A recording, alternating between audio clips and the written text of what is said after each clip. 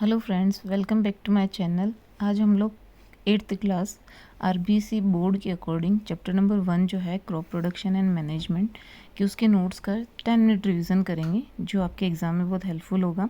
और ऐसे ही हम सारे चैप्टर का 10-10 मिनट वीडियोस लेकर आऊँगी, जिसमें आपको complete notes and question answer with explanation के साथ में। जिसे स्टार्टिंग करते हैं हम। ऑल लिविंग ऑर्गेनिज्म, जितने भी लिविंग ऑर्गेनिजम्स होते हैं उनको फूड की रिक्वायरमेंट होती है, और इसी फूड रिक्वायरमेंट से उनको क्या मिलती है, एनर्जी मिलती है। और इस एनर्जी को यूटिलाइज करते हैं जितनी भी उनकी प्रोसेस होती है, लाइफ प्रोसेस, जैसे डाइजेशन करना, रेस्पिरेट करना, एक्सक्रिएट करना, ये सारे प्रोसेस में इंक्लूड करते हैं। प्लांट जो है वो अपना खुद फूड बनाते हैं, बट ह्यूमन बीइंग अपना फूड नहीं बनाते हैं। वो कैसे ना कैसे करके प्लांट के ऊपर डायरेक्टली और इनडायरेक्टली डिपेंड होते हैं। हम crop production and management start करते हैं। उससे पहले हम बात करते हैं कि एग्रीकल्चर क्या होता है। जब हमारे एशियन पीपल हुआ करते थे तो वो फूड जो था वो जंगल से पत्तियाँ वगैरह और इन्हीं को खाकर अपना पेट भरते थे, और रॉ मटेरियल और हंटिंग से अपना फूड ऑब्टेन करते थे। धीरे धीरे वो प्रोडक्शन की तरफ आए। तो सबसे पहले एग्रीकल्चर की अगर हम बात करें तो the word agriculture come from the Latin word.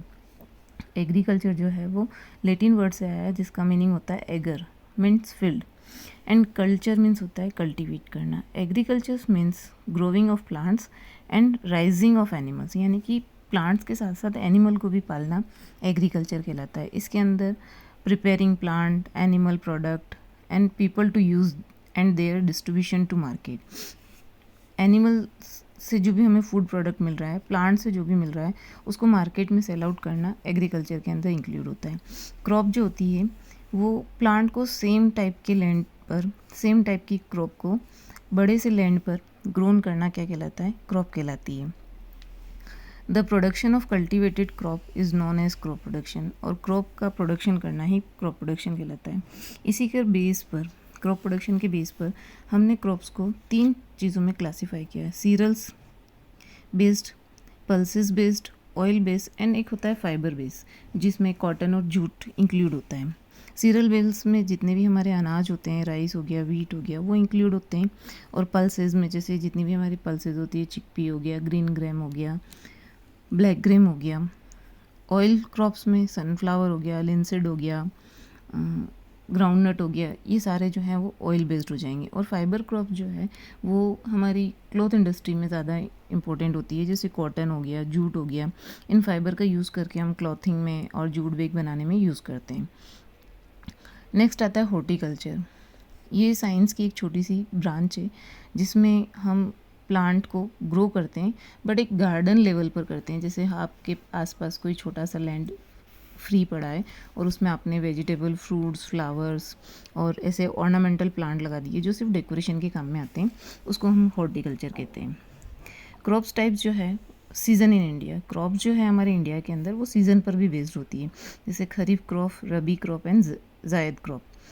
Kharif crop क्या होती है? The crops are sown in the rainy season. ऐसी क्रॉप जिसको रेनी सीजन में बोया जाता है, मंथ ऑफ जून में स्टार्ट होती है और हार्वेस्ट की जाती है अप्रोक्स अक्टूबर के आसपास। ऐसी क्रॉप क्या कहलाती है? खरीफ क्रॉप।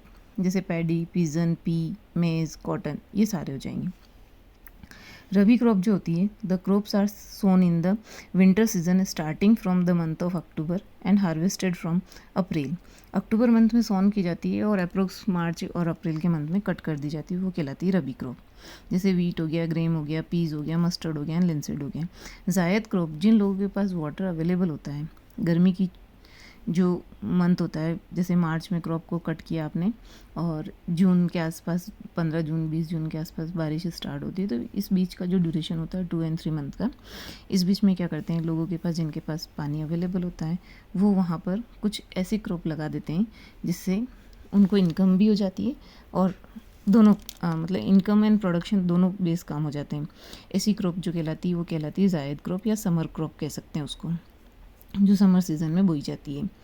नेक्स्ट हम पढ़ते हैं एग्रीकल्चरल प्रैक्टिस। अब आपको अगर खेती करनी है तो कुछ स्टेप्स इन्वॉल्व करनी होती है, जिसकी वजह से फार्मर्स जो होते हैं वो खेत के अंदर अच्छे से अच्छा प्रोडक्शन कर सकते हैं। बिना प्रिपरेशन के आप, या बिना एग्रीकल्चर प्रैक्टिस के आप कोई भी काम नहीं कर सकते हैं। द वेरियस एग्रीकल्चर प्रैक्टिस जैसे सॉइल प्रिपेयर करना, सिलेक्शन ऑफ सीड्स करना, सोविंग ऑफ सीड्स करना, मैन्योरिंग और एडिंग फर्टिलाइज़र करना, इरिगेट करना, वीडिंग करना, हार्वेस्टिंग करना, थ्रेशिंग, विनोविंग एंड स्टोरेज, ये कुछ स्टेप्स जो होती है वो इसके अंदर इंक्लूड होती है। पहली स्टेप होती है प्रिपरेशन ऑफ सॉइल। अगर आपको खेती करनी है, क्रॉप प्रोडक्शन करना है, तो सबसे पहले स्टेप होती है कि आपको सॉइल को प्रिपेयर करना होता है। क्योंकि देखिए सॉइल जो होती है वो हार्ड हो जाती है, उसका टेक्सचर चेंज हो जाता है, इसीलिए उसको प्लगिंग और टिलिंग करनी होती है और लेवलिंग करनी होती है, यानी कि सॉइल को लूज़ करना पड़ता है। पहली स्टेप इसमें आ जाएगी ploughing. The loosening and turning of a few inches of the top soil is known as the ploughing और टिलिंग। जो सॉइल है उसको लूज़ करना और कुछ इंचेस तक की सॉइल को टर्न करना, यानी कि जो लोअर लेयर थी वो अपर में आ जाएगी, जिसकी वजह से क्या हो जाएगा, सॉइल जो है वो न्यूट्रिशन जो भी होगा वो प्लांट को अच्छे से ऑब्जर्व हो जाएगा। It can hold more water and air, उसकी वजह से वो वाटर भी ज़्यादा होल्ड कर पाएगी और एयर भी ज़्यादा होल्ड कर पाएगी। The लूजन soil also help in the growth of earthworms, और जितने भी माइक्रोब्स होते हैं, अर्थवॉर्म्स वगैरह जो होते हैं, वो भी सॉइल के अंदर अच्छे से रिच न्यूट्रिएंट को सप्लाई कर पाएंगे। ये एक इजी प्रोसेस है जिसको हम अच्छे से फर्टिलाइज़र मिक्स कर पाते हैं, मैन्योर भी अच्छे से मिक्स कर पाते हैं, क्योंकि सॉइल लूज़ होगी तो मैन्योर एंड फर्टिलाइज़र अच्छे से एब्जॉर्ब कर पाएगी soil. Help in removing the weeds by the uprooting them. उसके अलावा जब लूज सॉइल होती है तो अनवांटेड जो प्लांट होते हैं उनको रिमूव करना भी आसान होता है। नेक्स्ट आता है हमारा लेवलिंग। जब हम प्लगिंग कर लेते हैं तो हमारा जो फील्ड होता है या खेत होता है उसमें बड़े बड़े लम्ब्स रह जाते हैं। ये लम्ब्स जो होते हैं वो अच्छे से क्रॉप प्रोडक्शन के लिए अच्छे नहीं होते हैं, मतलब अच्छे से सीड उसमें ग्रो नहीं कर पाते हैं, इसीलिए उनको हमें क्रश करना पड़ता है। और जब हम क्रश्ड करते हैं उनको तो एक आयरन या वुडन का प्लांक होता है, उससे उसको क्रश्ड करते हैं, जिसको हम लेवलर्स बोलते हैं। इस प्रोसेस को बोलते हैं हम लेवलिंग, यानी कि जितने भी बड़े बड़े क्रम्स थे उनको हमने तोड़ दिया है ना, और एक जैसे लेवल में कर दिया, उसको लेवलिंग कहते हैं। It help in the preventing the loss of moisture. जब लेवलिंग कर देते हैं तो सॉइल के अंदर जो भी मॉइस्चर होता है वो रहता है, उसमें बना रहता है, मतलब प्रिवेंट करता है। उसके अलावा सॉइल को सेटल होने में भी हेल्प करता है। वाटर एंड मैन्योर जो होते हैं वो इजीली हर एक पार्ट को अच्छे से अवेलेबल हो जाते हैं। ये तो था हमारा सॉइल प्रिपरेशन में पहला प्लगिंग और दूसरा होता है लेवलिंग। लेकिन अगर हम प्लगिंग कर रहे हैं तो उसके लिए हमें कुछ टूल्स इम्प्लीमेंट्स की ज़रूरत पड़ती है। जब भी हम खेती में काम करते हैं तो हमें कुछ एग्रीकल्चरल इम्प्लीमेंट चाहिए होते हैं, जैसे प्लग हो गया, होए हो गया और कल्टीवेटर हो गया। प्लग जो होता है वो आपको ही पता है कि इसको हम हिंदी में हल बोलते हैं, जो आप लोगों ने गांव में देखा ही होगा। इससे ये टूल जो होता है वो एशियन टाइम में टिलिंग और प्लगिंग दोनों के काम में आता था। It is a veg shape block. ये एक ट्रायंगुलर शेप का ब्लॉक होता है जिसमें बेल या कैमल, हॉर्स, कुछ एनिमल इसको रन आउट करते हैं।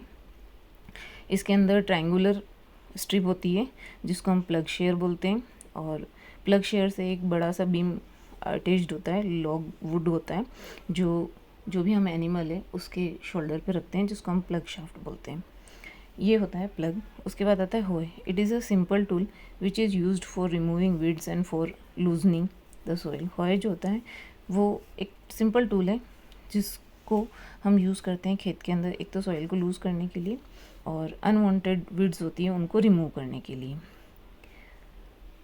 Strong broad and band plate होती है इसमें, एक बड़ी सी बीम होता है उसका और एक नीचे बैंड प्लेट होती है जो शार्प बैंड ब्लेड जैसा होता है, जो अनवांटेड प्लांट को रिमूव करने में और सॉइल को लूज़ करने में हेल्प करती है।